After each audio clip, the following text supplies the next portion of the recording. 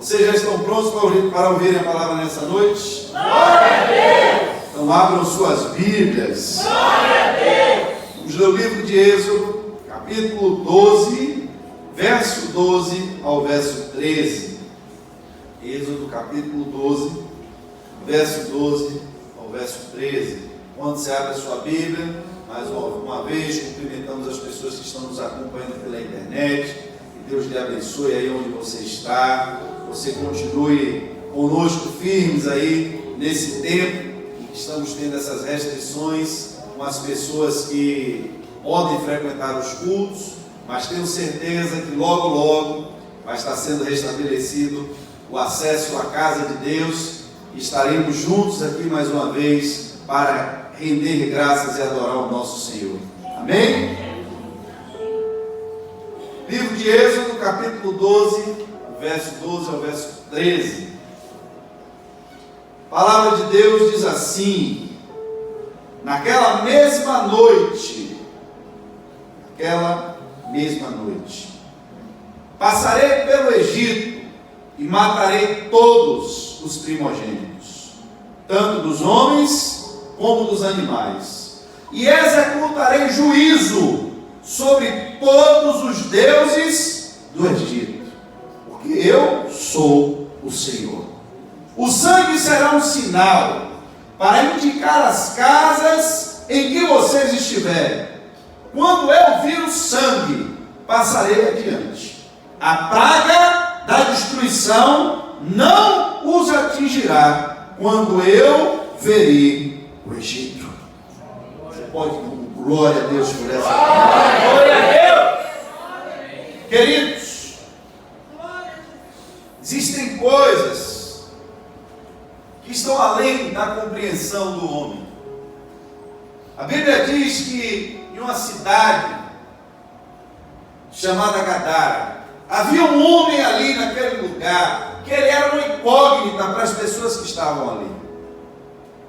Porque os métodos humanos, as ferramentas humanas, a estrutura humana era incapaz de manter aquele homem sob controle. Aquele homem era um homem que não respeitava a lei da sociedade. Aquele homem era um homem que não respeitava padrões sociais. Era um homem que não estava preocupado com cultura. Nem tampouco podia ser subjugado com prisões, nem com cadeias, que eram utilizadas por aquela sociedade para reprimir aqueles que se opunham a todas essas estruturas que nós falamos aqui. Era um homem que vivia no lugar mais inóspito daquela cidade, o lugar onde ninguém queria ir, mas era o lugar da habitação dele. Ele vivia dos sepulcros, ele vivia próximo de onde havia a morte. Ele gostava de andar aonde era lugar de morte, era onde ele gostava de andar. E as pessoas daquela cidade viviam atemorizadas com a presença daquele homem ali. O que elas não entendiam é o que estava por trás do homem. O que elas não podiam entender era a estrutura espiritual que estava dentro daquele homem. Quando Jesus chega e se aproxima, sem que ninguém dissesse quem era Jesus, sem que a Bíblia relatasse que Jesus em algum tempo anterior já tivesse tido naquele lugar, o Espírito que estava naquele homem, agora fala através da boca daquele homem, e confronta porque é que Jesus veio atormentá-lo antes do seu tempo. E a Bíblia diz que o demônio que morava naquele homem, o nome dele era Legião, porque não era um espírito só, mas eram muitos. Mas para agora que aquela estrutura espiritual que estava instalada na vida daquele homem tivesse que sair, houve prejuízo para aquela cidade. Houve prejuízo dos negócios. Mas uma estrutura espiritual que não era compreendida, que não era absorvida, precisava ser destruída, precisava ser destronada da vida daquele homem. Coisas que as pessoas comuns não conseguiam compreender. Havia um espírito, uma legião muitos espíritos que habitavam no corpo daquele homem. E a forma como ele se comportava, a forma como ele agia, não era simplesmente pela sua vontade, mas era debaixo de uma influência de uma legião de demônios. A Bíblia diz que quando chegou a noite final do cativeiro, o dia que antecedia a libertação do povo, aqui tem um texto dentro desse versículo que nós lemos, que me chamou a atenção de uma forma que começou a queimar o meu espírito por dentro. Quando Deus diz agora, chegou o tempo em que eu vou passar, naquela noite eu passarei pelo Egito, e matarei todos os primogênitos, tanto dos homens como dos animais, e executarei juízo sobre o faraó. Vê se isso está escrito na sua Bíblia. É sobre o faraó? Não? Então tem alguma coisa errada na Bíblia. Vamos riscar e vamos escrever de novo. E vou fazer juízo então sobre os capatazes do Egito. É isso que está escrito aí? Sobre os moradores do Egito? Então tem alguma coisa aqui que a gente precisa entender. Porque agora Deus está dizendo, eu vou matar as pessoas. Vão morrer pessoas. Vão morrer animais. Vão morrer. Só que a morte nesse caso aqui está simbolizando algo que não é algo que o homem comum vai compreender. Porque o homem comum não consegue compreender porque que o gadareno quebra ferro, não consegue compreender porque que ele quebra a corrente, não consegue compreender porque que ele anda nu, porque que ele anda em cemitério, porque que ele gosta da sujeira, porque ele gosta da podridão. O homem comum não consegue compreender. O homem comum não discerne o espírito que habita nele. Só que eu vou mostrar a vocês que existe uma estrutura espiritual no Egito que está por trás do faraó, que está por trás dos feitores. E o que eu vou fazer essa noite é para executar juízo sobre todos os deuses do Egito. Ai Deus, isso aqui é profundo demais. Eu vou executar juízo sobre os deuses do Egito. Para vocês será uma noite de celebração. Para vocês será uma noite de reunião em família. Para vocês será uma noite de preparação para a liberdade. Mas você vai ouvir o choro do Egito. Você vai ouvir gritos no Egito. Porque eu vou estar executando juízo sobre a estrutura espiritual que foi montada naquele lugar. Eu digo uma coisa a vocês, irmãos. Se o Egito fosse um lugar bom, o povo de Deus nunca teria clamado para sair de lá. Preste atenção nisso, porque isso aqui é profundo demais. Se o Egito fosse um lugar bom, o povo nunca teria clamado para sair de lá. O que é que você quer dizer com isso, pastor?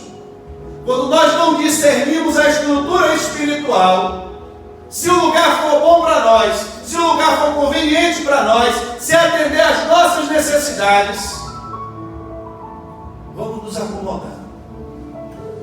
Tem uma terra que é sua, ela é sua de direito, é uma terra onde mana leite e mel, é nossa, está prometida, já está dada, amém? Só que durante um período de tempo a Bíblia diz que houve seca sobre toda a terra, houve fome sobre toda a terra, e Deus enviou José ao Egito. Os irmãos de José tinham vendido José para ser escravo no Egito.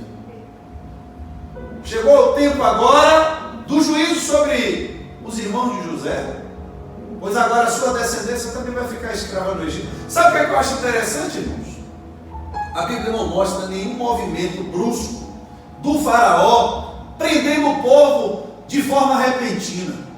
A Bíblia diz que quando os irmãos de José saem do seu lugar, preste atenção nisso aqui, irmãos, quando Jacó, e a gente está falando logo dessa linhagem imediata, porque foi a geração que entrou no Egito, foi Jacó com os seus filhos, aqueles que entraram no Egito. Jacó foi o herdeiro de Abraão, o filho de Isaac, que quando estava caminhando para a terra de Labão, quando ele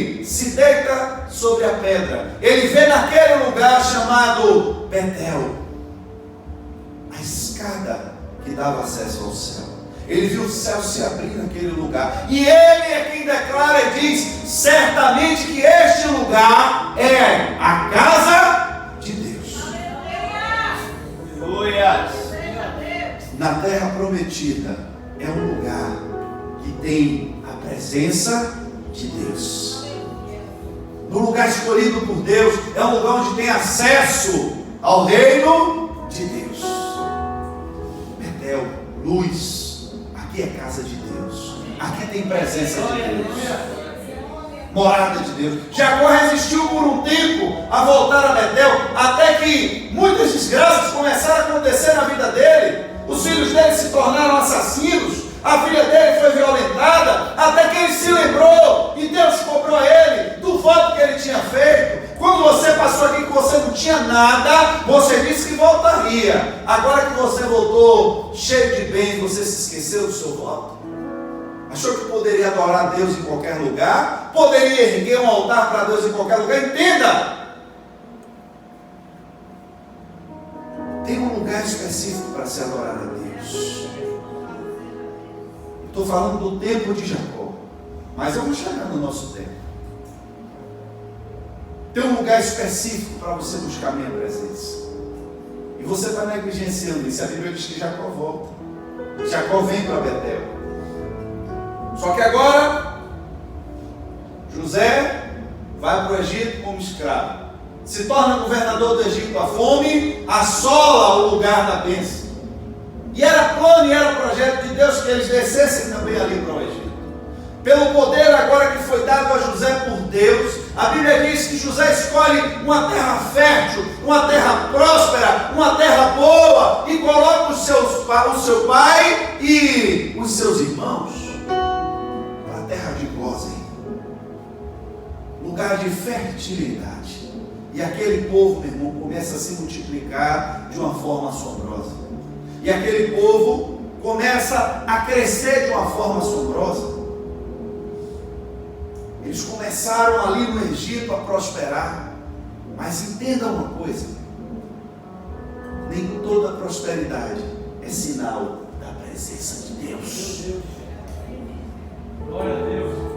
Você está prosperando em que terra? Qual é o nome da terra que você está prosperando? Porque tem uma terra que se chama Casa de Deus. E qual é o nome dessa terra que você está? Aqui é Egito. Mas no Egito tem um rio farto. No Egito a gente planta e não precisa de Deus. Presta atenção, irmão, porque isso é muito forte. A terra prometida era uma terra que tinha sua chuva no tempo certo, que o orvalho molhava a terra. Dependia de Deus. No Egito eu não dependo de Deus, porque o Egito tem um rio muito grande, que se chama Nilo. E aqui eu planto e eu vou no rio, pego um balde de água e molho a minha plantação. Eu não dependo de Deus. No tempo da cheia, esse rio transborda, e no tempo da seca ele não seca. É um rio permanente. Não dependo de Deus para prosperar. Egito é o lugar em que a segurança do homem está no rio. É o lugar onde a segurança do homem está nas técnicas agrícolas, nas técnicas de construção. Egito tem técnicas para você construir bem, para você morar bem, para você dormir bem. Só que a Bíblia diz que a estrutura espiritual não era de casa de Deus. A estrutura espiritual era uma estrutura corrompida. Era uma estrutura de adoração à natureza.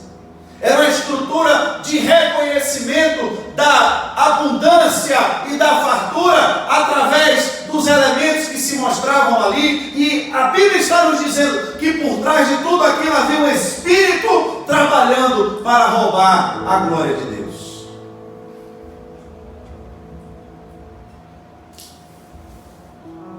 Se eu quiser encostar a porta, irmão Marcos, de fora aí pode ficar tranquilo.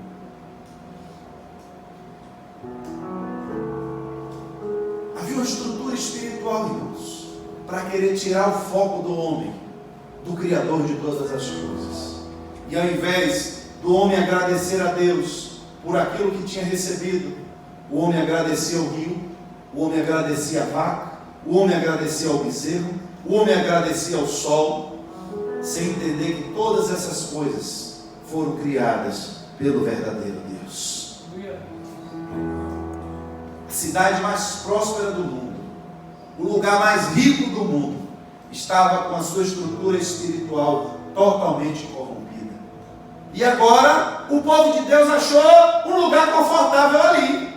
O povo de Deus achou a prosperidade ali. E o tempo foi passando. E a terra que eles deixaram para trás. Mas não foi o lugar onde enterramos os nossos antepassados. Não é o lugar da nossa história. Não é a origem de onde nós viemos. Não foi lá que o nosso pai se encontrou com Deus. Não foi lá que Deus mostrou as suas promessas. Não era lá o lugar da casa de Deus? O que é que nos adianta agora, casa de Deus, se temos tudo que nós precisamos no Egito? Quando a estrutura espiritual, irmãos, não é a estrutura de Deus, o povo de Deus vai sofrer. Só que o inimigo, presta atenção, não tem muito tempo que nós falamos aqui sobre o cerco que foi feito em Jerusalém. E a estratégia do cerco é exatamente, lentamente, empobrecendo o povo. A Bíblia não mostra em momento nenhum que, de início, o faraó colocou logo toda a sua força sobre o povo. Mas, ao entendermos o que a história vai contando, quando diz que se levantou um rei, um faraó, que não conhecia José, parece-me que em troca da permanência do povo ali, de início, ele começou a cobrar algum tributo daquele povo. Parece-me que ele começou a impor alguma reciprocidade para aquele povo permanecer naquela terra, e eles foram aceitando, e foram aceitando, e foram aceitando, até o ponto em que eles se viram agora totalmente escravizados. E quando a coisa apertou, e quando agora eles não tinham mais controle da situação, e quando agora estava insustentável, eles começaram a clamar a Deus, se lembraram de Deus. Não foi porque eles estavam querendo voltar a ter comunhão com Deus, não. Eles só clamaram a Deus porque a coisa ficou ruim. Foi o que eu disse antes de começar a pregar. O povo só saiu do Egito porque o Egito não era um lugar confortável. Porque se fosse, iam continuar lá. Mas tem uma promessa, tem uma terra, tem a revelação de Deus. Não estou interessado. O problema, irmãos, é que muitas vezes, nessa caminhada, e aí agora, entenda agora a estrutura de libertação. Não adiantava agora Deus querer tirar só o povo, libertar o corpo do povo de dentro do Egito. Porque durante todos aqueles anos que eles estiveram imersos na cultura do Egito, a mente deles também estava cheia do que aconteceu ali dentro do Egito. Você vê que na primeira oportunidade que eles têm no deserto, quando Moisés, que representava a comunhão deles com Deus, some, eles se lembram dos deuses do Egito e pedem para que se faça um bezerro de ouro. Aquela estrutura espiritual do Egito também estava mergulhada dentro daquele povo. E não adiantava Deus tirar o corpo do povo de dentro do Egito, se o Egito estava dentro da mente do povo. Não é só a mente de escravo, não é só a mentalidade de escravo, mas é a mentalidade voltada a adorar falsos deuses. Preste atenção, quando Deus chama Moisés em Êxodo, no capítulo 3, verso 18 ao 21, ele diz assim a Moisés: as autoridades de Israel o atenderão. Depois você irá com elas ao rei do Egito e lhe dirá: o Senhor, o Deus dos hebreus, veio ao nosso encontro. Agora deixe-nos fazer uma caminhada de 3 dias, adentrando o deserto. para oferecermos sacrifícios ao Senhor, o nosso Deus. Eu sei, olha agora o que Deus está dizendo aqui, irmãos, preste atenção nesse detalhe. Eu sei que o rei do Egito não os deixará sair, a não ser que uma poderosa mão o force. Por isso, estenderei a minha mão e ferirei os egípcios com todas as maravilhas que realizarei no meio deles. Depois disso, ele os deixará sair, e farei com que os egípcios tenham boa vontade para com o povo, de modo que quando vocês saírem, não sairão de mãos vazias. Preste atenção, irmãos. Deus falou aqui a Moisés. Tem horas que andar com Deus deixa a gente meio doido. Tem horas que a gente andando com Deus, a nossa razão humana, a nossa lógica humana, deixa a cabeça da gente meio parafusada. Porque parece que a gente está ficando meio desconfortável na situação, sem o controle da situação. Eu vejo o Jonas, às vezes a gente critica Jonas, dá umas pauladas seguras nesse cara. Às vezes a gente tem vontade de encontrar Jonas na rua para dar uns pau nele e dizer: velho, você é doido, velho, Deus manda você ir para um lugar e você vai para outro, você é maluco. Não é essa a sensação que a gente tem quando a gente lê o livro de Jonas? Dá vontade de você pegar ele e dar um puxão de orelha seguro nele, rapaz, larga de ser doido, velho. Como é que Deus manda ir para um lugar e você vai para outro? Mas Jonas revela o sentimento que estava no coração dele. Eu não queria ser feito de idiota. Por que ser feito de idiota? Porque eu sei que o Senhor ia mandar eu dizer uma coisa e não ia acontecer nada do que eu falei. Eu ia parecer um besta no meio do povo. Eu ia andar no meio da rua dizendo que o Senhor ia destruir a cidade, cheio de autoridade, dizendo, e quando eu desse as costas, nada do que eu disse ia acontecer. O Senhor estava mandando ele lá para fazer uma coisa, mas o que eu ia fazer não ia acontecer. E Deus precisa trazer um pé de abóbora na cabeça de Jonas, para explicar a ele, através de exemplos do nosso cotidiano, que as coisas para Deus têm um significado diferente para nós. E quando nós nos dispomos a andar com Deus, às vezes no trabalho vão entender que você é o idiota, que você é o besta, que você é louco. Como é que você age dessa forma? Não vão entender certas atitudes suas. Não vão entender, irmãos. Não vão entender porque você se comporta assim. Não vão entender porque você se veste assim. Não vão entender porque você fala assim. Não vão entender. Quer que eu lhe diga uma coisa? E não quero explicar a ninguém. Porque a Bíblia já nos diz que as coisas espirituais, para quem é carnal, é loucura. Pergunta aí, quem é que quer ser chamado de doido? Quem gostaria de ser considerado como doido? Porque às vezes nós estamos cheios de nós mesmos. Temos uma boa reputação, temos uma boa imagem, e tem situações que Deus vai nos levar, que vai nos levar em choque aos nossos próprios conceitos.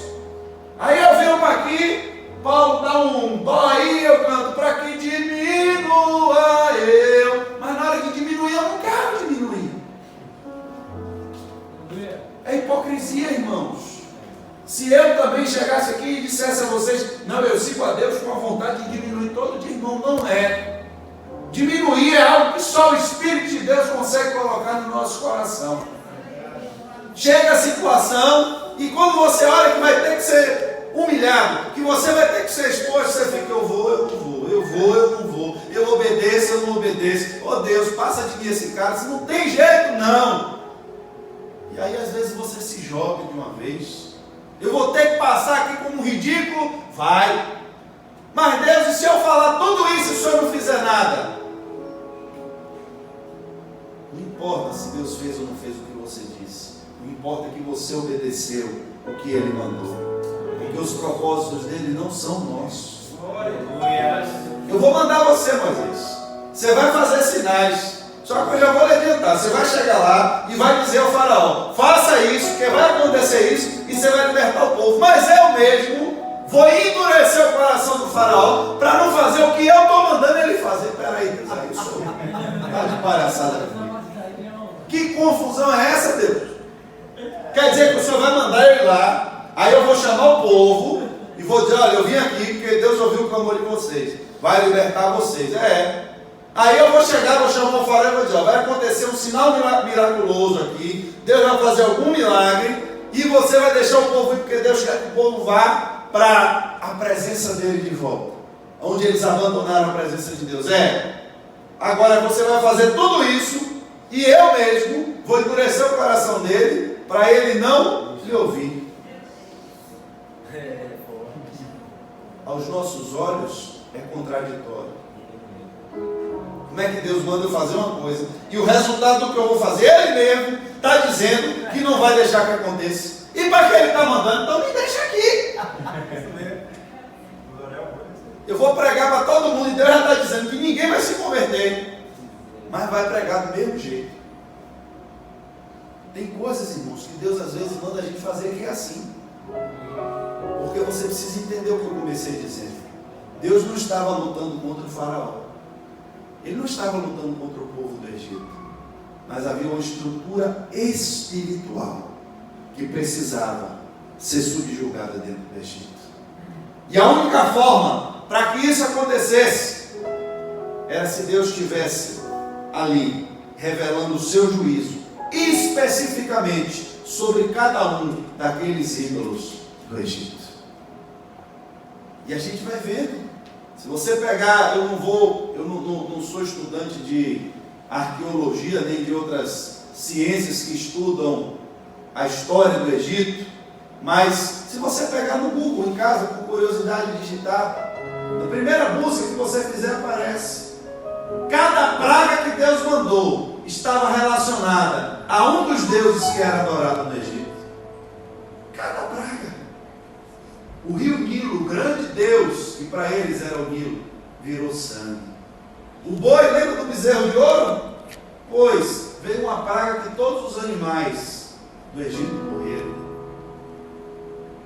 Até hoje alguém ainda ouve a expressão por aí que vai botar o nome de alguém na boca do sapo. Quem lembra?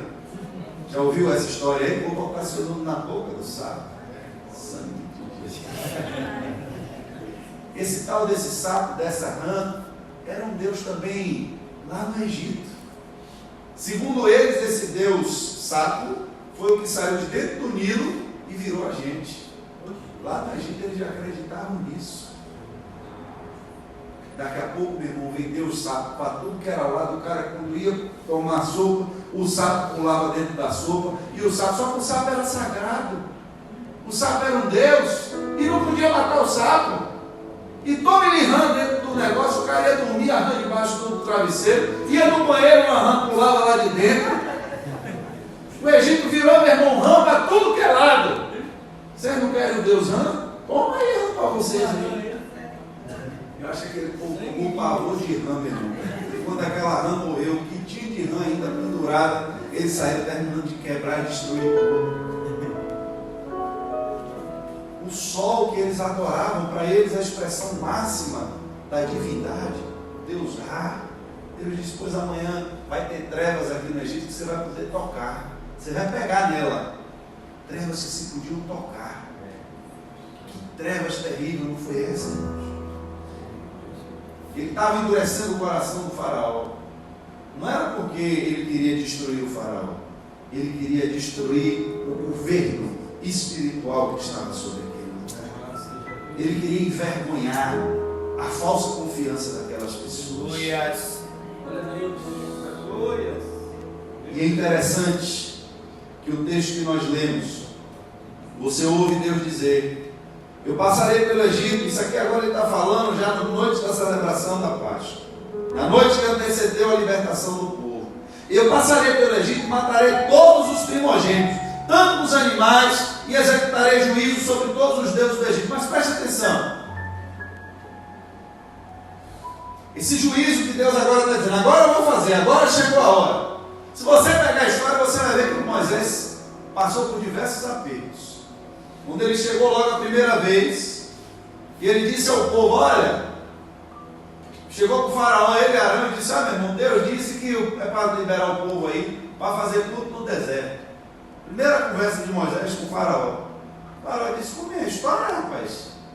Negócio de culto no deserto, esse povo é preguiçoso. Tem o que fazer não, né? Então já que eles querem fazer culto no deserto, agora eles vão ter que arrumar a palha também para fazer os tijolos. Aí o povo, quando caiu no pau, porque a libertação estava chegando, né? A estrutura espiritual sempre se movimenta quando algo grande está para acontecer. Vai ser liberto? Espera aí, você vai ter tempo para orar? Está orando demais, meu irmão Nilson. Espera aí que eu vou aprontar uma para você. Vocês estão... a igreja está fazendo o quê? Vigília. A igreja estava cheia de gente aqui, vigília. Espera aí que vocês vão fazer mais vigília. A estrutura espiritual começa a se movimentar. Daniel orando. Aqui é Babilônia, meu irmão. Aqui você não pode orar, não. Você ora lá na sua terra. Aqui é terra dos caldeus. Aqui o sistema é outro. Mas Deus estava ouvindo a oração de Daniel. Quando ele estava na janela dele, a Bíblia diz que ele, em reverência a Deus, se virava para a sua terra. Ele não estava como o povo do Egito, não. Presta atenção, irmãos. O povo chegou no Egito, achou prosperidade, achou terra, achou rebanho, e vamos ficar por aqui mesmo. Daniel chegou na Babilônia, Daniel recebeu honra na Babilônia, Daniel recebeu bens na Babilônia, Daniel recebeu prosperidade na Babilônia, mas todos os dias, 3 vezes ao dia, ele se virava pela janela e dizia: Deus, aqui não é a terra da tua presença, aqui não é o lugar da tua habitação, Deus. E ele se virava para a sua terra se lembrando: ali é o lugar que eu gostaria de estar. Estou aqui porque não tem jeito, mas se o rei me liberasse, certamente eu voltaria para a minha terra. Não é o palácio que vai me encantar, não é a riqueza do rei que vai me seduzir, não é porque eu posso comer o que eu quiser todos os dias que vai fazer eu me esquecer do Senhor. Se eu pudesse voltar e orar no templo mais uma vez. 3 vezes ao dia, Daniel se virava para Jerusalém e orava ao Senhor. E aqui, quando o povo começou a tomar as primeiras pancadas, quando o trabalho apertou, aí agora o povo veio atrás de Moisés. Esse negócio de libertação não dá certo não, Moisés. A gente pensou que ia ficar melhor. A gente pensou que a glória de Deus ia descer aqui nesse lugar, ia ser um mover, mas o trabalho aumentou. Irmãos, tem vezes que nós somos irresponsáveis. Pedimos a Deus as coisas, e quando elas começam a querer chegar, a gente começa a murmurar. Quem quer fazer aqui, meu irmão, a campanha, e a gente vai ganhar esse bairro? A gente, todo mundo levanta a mão, e eu glória, e a gente vai ganhar esse bairro. Pronto. Agora o evangelismo é amanhã, 8 horas da manhã. Quem pode vir? Não, na parte do glória eu participo, mas o senhor sabe que eu tenho meu compromisso, e aí é sábado, meu irmão. Sábado não tem trabalho. Não, meu irmão, é o dia que eu tenho para descansar, é o dia que eu tenho para dormir até mais tarde um pouquinho. A gente faz aqui as campanhas de oração, de jejum, fica olhando, todo mundo esquece, mas ninguém esquece de trabalhar. Quer ver uma coisa difícil, irmão? Você de vez em quando vai andando em casa assim, aí quando você levanta um sofá, um negócio, às vezes você acha lá um pedaço de um chinelo velho, né? Um negócio que estava em casa, você já, eu pensei que tinha ido pro lixo, e acha aquele negócio lá, vai futucar um guarda-roupa lá, de vez em quando você acha um pedaço de papel, que foi um negócio que alguém escreveu para você, um recado, você chegou em casa da igreja abafado, botou ali, não viu, e aí depois de 1 mês, 2 meses, você vai vestir a roupa, puxa o bolso, um pedaço de papel velho está lá, um extrato do banco. Já reparou que não acontece isso com a nota de 100? Não é? Qual foi o dia que você se arrumou assim para vir para a igreja, e aí vestiu a roupa? Você parece que tem alguma coisa aqui no bolso dessa calça. Quando meter a mão assim, rasgar uma garopa bonita daquela. Por que a gente não esquece dos 100 reais? Porque a gente dá valor. É ou não é? Você anda largando 100 reais no bolso assim de bobeira? Larga nada. Você bota dentro da carteirinha, ó, bonitinho, arrumadinho. Por quê, irmãos? Porque a gente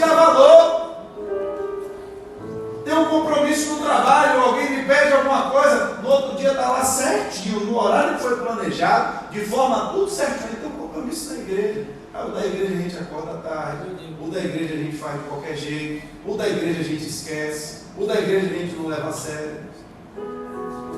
Mas se disser que vai ter um movimento aqui para rodar, para pular e para todo mundo gritar, está todo mundo aqui dentro. Se tiver um culto de prosperidade, graças a Deus que aqui a gente não faz culto de campanha de prosperidade. A campanha aqui é para buscar Deus em primeiro lugar, que a prosperidade vem. Aleluia! Mas se tivesse, oh glória, ia ter gente até em cima desse forro aqui, descendo pelo meio para ver se pegava alguma coisa aí na... Tem coisas que Deus nos diz, irmãos, e que nós começamos a sofrer antecipadamente, porque não prestamos atenção direito no que Deus diz. Presta atenção, Êxodo 12, o texto que a gente leu: eu vou passar hoje no Egito, é hoje, e vai morrer todos os primogênitos. Pronto. Só que quando Deus chamou Moisés lá atrás, presta atenção, Êxodo 4, 21, 23, disse mais o Senhor a Moisés: quando você voltar ao Egito, tenha cuidado de fazer diante do faraó todas as maravilhas que concedi a você o poder de realizar, mas eu vou endurecer o coração dele para não deixar o povo ir. E depois diga ao faraó que assim diz o Senhor: Israel é o meu primeiro filho, e eu já disse a você que deixe o meu filho ir para prestar-me culto, mas você não quis deixá-lo isso. Por isso matarei o seu primeiro filho. Está escrito. Deus disse: você vai lá, vai fazer aquele negócio todo. É praga, é cobra, é piolho. Você vai ver o negócio todo lá, sangue, vai ver tudo. Pedra caindo do céu e por aí vai. Agora eu não vou deixar ele liberar o povo. Só que você vai dizer a ele uma coisa: que assim como ele segurou o meu primeiro filho, o primeiro filho dele, eu vou matar. Está escrito aqui. Só que agora Moisés chega, não começou ainda nem as pragas. Quando o chicote começou a comer nas costas do povo, vai ter que trabalhar mais. Irmãos, eu estava querendo correr, minha esposa disse que no dia que agora que o louvor está curto, eu estou aproveitando e estou tomando o espaço do louvor. Mas se Deus está mandando, tem que falar. Aleluia. Quando a estrutura espiritual começa a mudar, irmãos, a resistência do mundo do Espírito também vem. A igreja está fria, não está produzindo nada, vocês vão ficar à vontade, fazendo culto com porta aberta, e não vai ter ninguém levantando falso, e vai estar todo mundo bonitinho aqui, arrumado, com roupinha de marca, todo mundo lindo aqui dentro, cheiroso, e você vem, para seu carro aí na porta da igreja e desce, pega seu Uber, vai embora, e fez o culto, e como foi, tira uma foto, posta no Instagram, e por aí vai, irmãos. Por quê? Porque a estrutura espiritual não vai se opor a quem está andando alinhado com ele. A estrutura espiritual começou a se opor quando o povo começou a ficar poderoso. Pega aí para você ver a história. Foi quando o povo começou a se multiplicar demais. O faraó disse: olha, esse povo está ficando violento. Senhor, eu quero avivamento. Você quer mesmo? Pense duas vezes o que você está pedindo. Ainda dá tempo de você mudar de igreja. Senhor, eu quero ver a tua graça aqui dentro da igreja. Você quer mesmo? Porque eu vou lhe dizer uma coisa: no mesmo nível que a manifestação de Deus vier, a oposição vem, a calúnia vem, o falso vem. Nem se preocupe quanto a isso. Se prepare, porque vai vir. Porque é promessa de Deus também. Tem promessas boas? Tem. Mas tem promessas também que Ele fez a respeito da perseguição, da luta? Tem. Pega a história do cristianismo, irmão, e veja. Se todas as vezes que uma estrutura espiritual é levantada da parte de Deus, se uma da parte de Satanás não se levanta para contrapor, e coisas simples. Hoje a epidemia está no centro. Então, se já aconteceu aí no mundo, a igreja foi acusada de ser o maior lugar onde se disseminou o tal do coronavírus. Vão prender o pastor lá, que matou um bocado de gente. Mas será que aquelas pessoas foram só para a igreja? Será quantos lugares da cidade aquelas pessoas não andaram, não pisaram, não sentaram? Será que o problema foi mesmo? Será que foi só dentro da igreja? Será que não teve um barzinho também que a galera comeu? Porque assim, eu saí da minha casa no final de semana e os bares estavam todos abertos, o povo comendo água para ver o carro. Não sei se o cara também, o dono do bar bebão lá, se ele estava lavando o copo com álcool gel para servir outra pessoa. Mas vai ver, o álcool da cerveja mata o coronavírus. Recomendar os cachaceiros que tomem mais forte, quente, para ver se mata o vírus. Irmãos, entenda! É sério isso! Será que o problema é só dentro da igreja? Nenhuma notícia foi dada a nível de jornal de que nenhuma outra instituição foi responsável por disseminar esse vírus. Agora o negócio que aconteceu do outro lado do mundo espalhou o mundo inteiro, dizendo que o pastor evangélico foi acusado por ter disseminado o coronavírus no país dele. O que é à toa isso? Você acha que é despropositado isso? Se você não entender, irmãos, a estrutura espiritual que está por trás dos homens, você vai ficar agora igual Moisés. Deus já tinha dito a ele: olha, se prepare, porque vai acontecer assim. O filho dele ainda vou destruir. O negócio é diferente. Quando o povo apertou Moisés, em Êxodo 5:22, Moisés voltou-se para o Senhor e perguntou: Senhor, por que está maltratando o povo? Por que me enviaste? Não era nem para eu estar aqui. Desde que eu me dirigi ao faraó para falar em teu nome, ele tem maltratado ao povo, e tu de modo algum libertaste o teu povo. Por que Moisés está reclamando? Porque ele ainda não tinha entendido que Deus não ia libertar o povo de primeira. Ainda ia ter mais sofrimento? Ia. Ainda ia ter mais perseguição? Ia. Mas também ainda ia ter mais destruição no Egito. Ia ter mais praga. Porque Deus queria, não era só tirar o povo fisicamente do Egito, mas Ele queria revelar àquele povo que Ele estava acima de todos aqueles deuses do Egito. Ele não podia ser equiparado a uma rã, não podia ser equiparado a um rio, a um sol, tudo que foi criado pela sua mão. Mas Ele queria se revelar como Deus vivo. Glória a Deus. E essa história percorreu tantos anos depois, que você vê, quando os espias entram em Jericó, a cidade já estava amedrontada, com medo do povo, porque souberam dos feitos que Deus fez no Egito. Não sei quantos anos depois, já o reino de Israel instituído, o povo já tomou posse da terra, e agora o sacerdote ali julgando o povo no seu tempo. A Bíblia diz que houve guerra com os filisteus, e os filisteus levaram a arca do Senhor, botaram a arca de Deus no templo de Dagon. Acorda de manhã, está Dagon com a cara quebrada, os braços quebrados de joelho. Levanta Dagon de novo, Dagon com a cara toda detonada no outro dia. Tira esse negócio daqui, leva para outra cidade. E daqui a pouco, meu irmão, todo mundo com hemorroida na cidade. Deu umas hemorroidas no povo todo, que sangue de Jesus, o povo tudo atribulado. E quando não era hemorroida, era rato. E rato destruindo tudo e comendo tudo. Aí, irmãos, eu acho interessante. Quando você vê em 1 Samuel, no capítulo 6, versos 5 ou 6, eles dizem: manda essa arca de volta. Mas não mande vazia, não. Faça imagens dos tumores e dos ratos e deem glória ao Deus de Israel. Presta atenção. Talvez Ele alivie a mão sobre vós, seus deuses e sua terra. Os ímpios estavam entendendo que eles tinham uma estrutura espiritual de deuses, que os deuses deles estavam sendo julgados pela presença do Deus de Israel ali. Dê glória ao Deus de Israel e manda a arca dele de volta, para ver se ele alivia a mão dele sobre vocês e sobre os deuses. O ímpio discernindo espiritualmente. Aí ele diz: por que ter o coração obstinado, como os egípcios e o faraó? Agora ia ali, o povo ainda estava lembrando do que Deus fez lá no Egito. Por que teu coração obstinado, igual aos egípcios e os faraó? Porque só quando Deus os tratou severamente, eles deixaram os israelitas seguir o seu caminho.